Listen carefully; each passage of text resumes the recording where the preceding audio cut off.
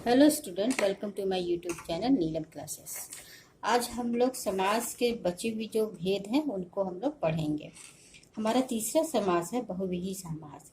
इस समास में देखिए स्टूडेंट, क्या होता है कि हमारे पूर्व पद और उत्तर पद प्रधान ना होकर के कोई तीसरा ही अंत पद प्रधान होता है। इसकी परिभाषा को समझेंगे। बहुव्रीहि समास के दोनों पद मिलकर के किसी तीसरे पद की ओर संकेत करता है, उसी को हम बहुव्रीहि समास कहते हैं। यानी कि जो हमारे समास में जो उत्तर पद है और पूर्व पद है वो दोनों महत्वपूर्ण ना होकर के कोई अंत तीसरा ही पद जो है महत्वपूर्ण होता है, प्रधान होता है, उसी को हम बहुव्रीहि समास के अंतर्गत रखते हैं। इसमें को पहचानने के क्या है, इसमें होते हैं बहुत सारे देवी देवताओं के नाम होते हैं या कुछ प्रसिद्ध व्यक्तियों के नाम वगैरह पर आधारित होते हैं। इससे हम इनको पहचान कर सकते हैं। दूसरा पहचान क्या है, इसमें विग्रह के अंत में जिसका, जिसकी, जिसके आदि आकर के अन्य पदों की ओर संकेत करता है, उनको ही हम बहुव्रीहि समास कहते हैं।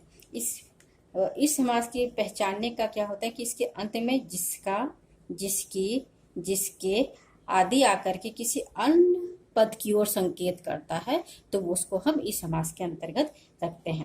उदाहरण देती हूँ, उदाहरण से आप अच्छे से समझ पाएंगे और अधिक स्पष्ट हो पाएगा। जैसे कि मैंने उदाहरण दिया है गजानन। अब इसमें देखिए गजानन, इसका जब हम विग्रह करेंगे तो क्या हो जाएगा, गज के समान आनन है जिसका, ठीक है, आनन में होता है मुख। अब यहाँ पे देखिए गज के समान जिसका मुख है, जिसका यहाँ पे आया है ना, जिसका यानी अर्थात गणेश जी। यहाँ पे गणेश जी हैं जो हैं वो अनपद हो गया आपका, ये प्रधान हो गया। इसमें पहला और पूर्व और उत्तर पद प्रधान ना होकर के कोई तीसरा ही पद अगर प्रधान होता है तो उसको हम इस समास के अंतर्गत रखते हैं। कुछ और एग्जाम्पल हम लोग देखते हैं। अब यहाँ देखिए दूसरा मैंने एग्जाम्पल लिया है चतुर्भुज। अब यहाँ पे देखिए चतुर्भुज, इसको विग्रह करेंगे तो ये क्या हो जाएगा, चार है भुजाओं जिसकी। यहाँ पे देखिए, यहाँ पे फिर आया क्या है, जिसकी आया है, ठीक है ना, अंत में क्या है, जिसकी आया है, अर्थात विष्णु जी। यानी कि यहाँ पे तीसरे पद की प्रधानता हो गई है, तो इसको हम इसी समास के अंतर्गत रखेंगे। और एग्जाम्पल हम लोग देखते हैं, जैसे कि नीलांबर। नीला है अंबर जिसका, अंबर मीन्स होता है वस्त्र। नीला है अंबर जिसका अर्थात शनिदेव, अर्थात शनिदेव यानी कि तीसरे पद की प्रधानता है। अब यहाँ त्रिलोचन, तीन है लोचन जिसके, लोचन मीन्स होता है आंख, ठीक है ना, तीन है लोचन जिसके अर्थात शिव जी, तो यहाँ शिव जी की प्रधानता है, तो ये हमारे क्या है, इसी समास के अंतर्गत रखेंगे। नेक्स्ट उदाहरण है वंशीधर।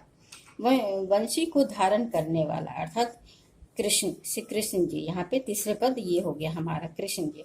अब यहाँ देखिए विषधर, विष को धारण करने वाला, विष को धारण करने वाला अर्थात शिव जी, तीसरा पद हो गया। पीताम्बर, पीला है अंबर जिसका, अंबर मीन्स होता है वस्त्र, पीला है अंबर जिसका अर्थात कृष्ण जी, तो तीसरा पद हो गया। दोनों पद ना होकर के अन्य पद प्रधान होते हैं। चंद्रमुख, चंद्र के समान मुख है जिसका, चंद्र के समान मुख है जिसका, कोई भी हो सकता है कि जिसका मुख चंद्र के समान हो, तो उसको इस समास के अंतर्गत रखा गया। मृगलोचन, लोचन मीन्स होता है नाक, मृग के समान, मृग के समान लोचन है जिसका, आंख, यानी लोचन का अर्थ होता है आंख, यानी कि मृग के समान जिसका आंख है, जिसका, यहाँ पे देखिए यहाँ पे आया है ना जिसका, जिसका, तो इसमें क्या है, जो अंत में है जिसका, जिसकी, जिसके आते हैं और अन्य पद प्रधान होता है, पूर्व और उत्तर पद प्रधान ना होकर कि कोई तीसरा ही पद प्रधान होता है, तो उसको हम लोग इस समास के अंतर्गत रखते हैं, बहुव्रीहि समास के अंतर्गत रखते हैं। तो ये हमारा हो गया तीसरा समाज। हम चौथा समाज पढ़ते हैं। देखिए स्टूडेंट, चौथा समाज हमारा है तत्पुरुष समाज। तत्पुरुष समाज में ही हमारे दो अन्य समास भी आते हैं, जिसको हम कर्मधारय समास और दीर्घु समास बोलते हैं। तो पहले हम तत्पुरुष समास समझते हैं। देखिए इसमें क्या है, उत्तर पद प्रधान हो, यानी बाद वाला पद जो प्रधान होता है, पूर्व पद जो है प्रधान ना होकर के उसके बाद वाला जो पद प्रधान होता है, उसको हम लोग तत्पुरुष समास के अंदर रखते हैं। अब इसका हम लोग परिभाषा देखते हैं। जिस समास पद में दूसरा पद प्रधान होता है उसे तत्पुरुष समास कहा जाता है। उदाहरण देखते हैं, राजकुमारी। अब यहाँ पे देखिए राजकुमारी, इसका विग्रह करेंगे तो क्या हो जाएगा, राजा की कुमारी। अब यहाँ पे देखिए स्टूडेंट, राजकुमारी ये हमारा पूर्व पद है, ये हमारा उत्तर पद है। यहाँ पे दूसरा पद, उत्तर पद जो प्रधान होता है हमारे, यानी कुमारी, तो उसका विग्रह क्या हो गया, राजा की कुमारी, यानी कुमारी मीन्स होता है पुत्री। तो यहाँ पे जो दूसरा पद है ये हमारा क्या हो गया, प्रधान हो गया।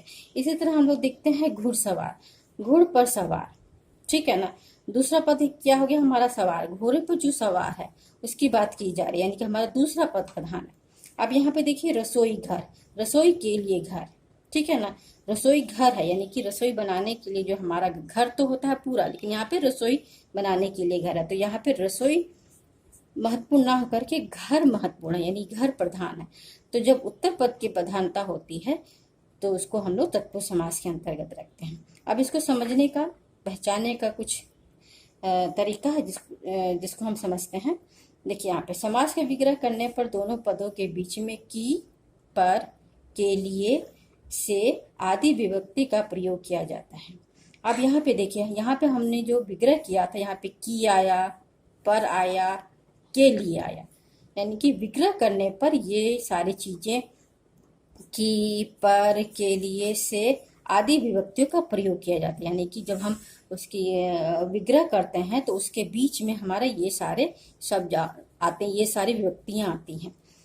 अब इसमें क्या है स्टूडेंट, देखिए जो समास पद बनाते समय इन विभक्तियों का लोप हो जाता है। ये तो विग्रह हो गया, विग्रह जब हम करते हैं तो ये सारे की, पर, के लिए ये जुड़ जाते हैं। लेकिन जब समास पद बनाते हैं तो ये क्या होता है, इन सारे विभक्तियों का लोप हो जाता है, यानी कि उनको हम लोग नहीं जोड़ते हैं।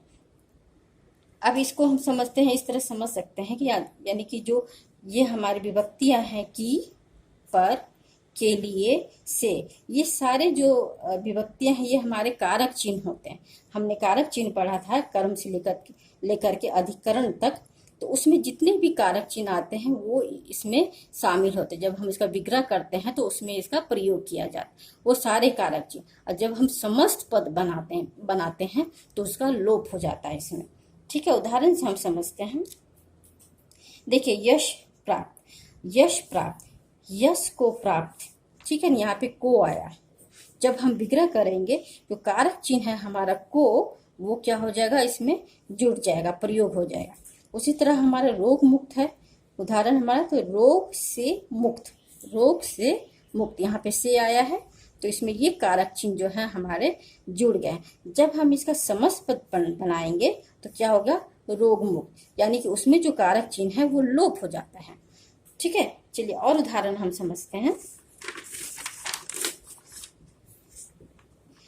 नेक्स्ट उदाहरण देखिए मैंने लिया है सत्याग्रह, सत्याग्रह मैंने उदाहरण लिया है। यहाँ पे हो जाएगा आपका सत्य के लिए आग्रह, यहाँ पे के लिए आ गया आपका कारक चिन्ह है ना।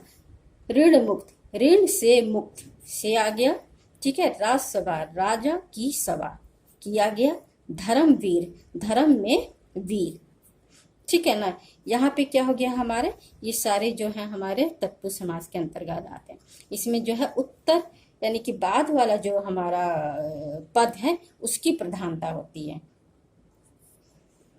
ठीक है। अब हम इसके जो हमने भेद हैं, तत्पुरुष समास के भेद है, इसमें हमने दो भेदों को शामिल किया था, एक कर्मधारय समास और दीर्घु समास। तो इन दोनों समासों को भी हम समझते हैं। अब देखिए स्टूडेंट, कर्मधारय समास जो है इसमें भी क्या है, जबकि हमारा तत्पुरुष समास की परिभाषा क्या है कि उत्तर पद प्रधान होता है, तो ये भी कर्मधारय समास की जो परिभाषा है वो भी एक तरह से समान ही है तत्पुरुष समास के जैसे, कि इसमें भी उत्तर पद की प्रधानता होती है, क्योंकि हमने परिभाषा के अनुसार इन दोनों समास को तत्पुरुष समास के अंतर्गत रखा है। तो इसकी परिभाषा भी क्या है, उत्तर पद प्रधान होता है, लेकिन दोनों पदों में विशेषण, विषय, उपमेय, उपमान का संबंध होता है, ठीक है ना। कर्मधारय समास में क्या होता है कि इसका भी उत्तर पद ही आपका प्रधान होगा, लेकिन इन दोनों में क्या होगा, विशेषण और विषय का संबंध होगा, उपमेय उपमान का संबंध होगा, ठीक है ना। जैसे कि हम उदाहरण से समझते हैं, पहले हम ये समझ लेते हैं विशेषण और विशेष क्या है। चलिए सुनिए, पहले हम ये समझते हैं विशेषण और विषय क्या है, ठीक है। इसमें हमने पढ़ा है कि विशेषण और विषय तथा उपमेय उपमान में संबंध होता है। तो पहले हम इसको समझ लेते हैं, विशेषण क्या चीज होता है। विशेषण वो शब्द होते हैं जो किसी की विशेषता बतलाते हैं, है ना, उसको विशेषण कहते हैं। और विषय क्या चीज होता है, जिसकी विशेषता बतलाई जाती है, ठीक है, विशेषण क्या है, जिसके वे शब्द होते हैं, विशेषता बतलाने वाले शब्द होते हैं, ठीक है ना, उसको विशेषण कहते हैं। और जिसकी विशेषता बताई जाती है उसको विशेषण कहते हैं। अब उपमेय और उपमान में हम समझते हैं कि ये दोनों में फर्क क्या। उपमेय में क्या होता है कि जिसकी तुलना की जाती है उसको उपमेय कहते हैं। उपमान में क्या, जिससे तुलना की जाती है। उपमान में क्या है, जिससे तुलना की जाती है, ठीक है ना। इसको हम उदाहरण से समझते हैं तो अच्छे से क्लियर हो जाएगा। अब यहाँ पे देखिए, पहला क्या है हमारा, नील कमल, ठीक है ना। यहाँ पे हम इसका विग्रह करेंगे तो क्या हो जाएगा, नीला है जो कमल, ठीक है ना। यहाँ पे क्या हो गया, यहाँ पे विशेषण और विषय का संबंध हो गया, यानी कि नीला है जो कमल, ठीक है। कमल, कमल की क्या विशेषता है, वो नीला है, ठीक है ना। और हम उसका किससे तुलना कर रहे हैं, कमल से तुलना कर रहे हैं, ठीक है। तो यहाँ पे विशेषण विषय का संबंध हो गया। उसी तरह देखते हैं महान पुरुष, महान है जो पुरुष, इसका विग्रह हो जाएगा। काली मिर्च, काली है जो मिर्च, विशेषण और विषय का संबंध है। महावीर, महान है जो वीर, ठीक है ना। अब इस तरह आप समझ गए होंगे कि इसका विग्रह हम कैसे करेंगे, ठीक है। अब दूसरा हम इसी में देखते हैं उपमेय और उपमान का उदाहरण। अब यहाँ पे देखिए, चंद्रमुख, मैंने उदाहरण लिया है चंद्रमुख, चंद्र के समान मुख, ठीक है ना। इसमें क्या तुलना की जा रही है, उपमेय और उपमान। उपमेय क्या होता है कि जिसकी तुलना हम करते हैं, जिसकी तुलना की जाती है उसे उपमेय कहते हैं। और जिससे तुलना की जाती है उसको हम क्या बोलते हैं, उपमान कहते हैं, ठीक है। तो अब यहाँ पे चंद्रमुख, चंद्र के समान मुख, कमल नयन, कमल के समान मुख, ठीक है ना। क्या कर रहे हैं हम, तुलना कर रहे हैं। चरण कमल, कमल के समान चरण, ठीक है ना। मृग लोचन, मृग के समान लोचन, ठीक है। ये सारी चीज आप समझ गए होंगे। अब यहाँ पे इसी का दूसरा भेद जो है दीर्घु समास है। दीर्घु समास पहचानना बहुत ही सरल है, सिंपल है, ठीक है ना। इसमें भी क्या है, इसमें भी उत्तर पद ही प्रधान होता है, इसमें पूर्व पद संख्यावाचक होता है। यहाँ पे हमने क्या देखा कि यहाँ पे जो हमारा समास होगा उत्तर पद प्रधान होगा, लेकिन पूर्व पद, पहला वाला पद जो है वो संख्यावाचक में होगा, यानी संख्याओं में होगा, ठीक है ना। या फिर किसी समूह विशेष का बोध कराता हो, यानी वो समूह का बोध कराता हो। इसको उदाहरण देखते हैं जिससे और अच्छे से क्लियर हो पाएगा।